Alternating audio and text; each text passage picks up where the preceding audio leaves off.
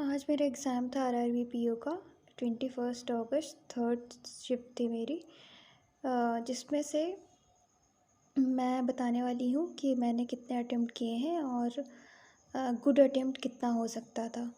तो रीज़निंग में सबसे पहले थी बॉक्स पज़ल, जो कि ईज़िली बन गई थी, हो गई थी मुझसे।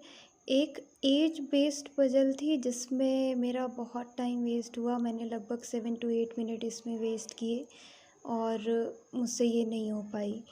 उसके बाद ये डे और साथ में एक वेरिएबल ये पज़ल थी, ये हो गई थी। हाइट बेस्ड पज़ल थी, कंपैरिज़न करना था, ये भी हो गई थी। सिलॉक्स, इनइक्वालिटी और कुछ मिसलेनियस के क्वेश्चन थे, तो ये सब हो गए थे। बस ये पज़ल जो थी ये मैं नहीं कर पाई थी। तो उसके बाद मैंने क्वांट करना स्टार्ट कर दिया था। क्वांट में मैंने सिंप्लीफिकेशन किया, क्वाड्रेटिक किया।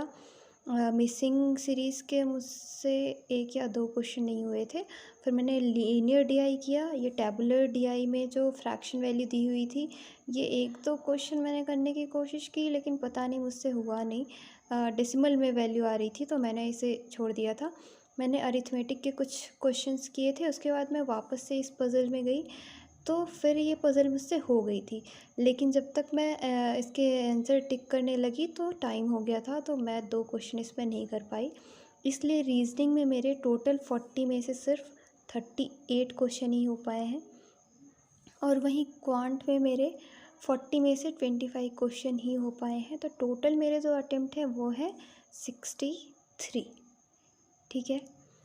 और अगर मैं गुड अटेम्प्ट की बात करूं कि अगर आपने कितना अटेम्प्ट किया है तो आप मेंस की प्रिपरेशन कर सकते हैं, तो ये है 55 प्लस। अगर आपने अटेम्प्ट किया है तो ये आपका गुड अटेम्प्ट होगा। ठीक है। और एक्सपेक्टेड कट ऑफ की बात करूं तो ये भी इसी के आसपास रहेगी। ये मैं एमपी की बात कर रही हूँ।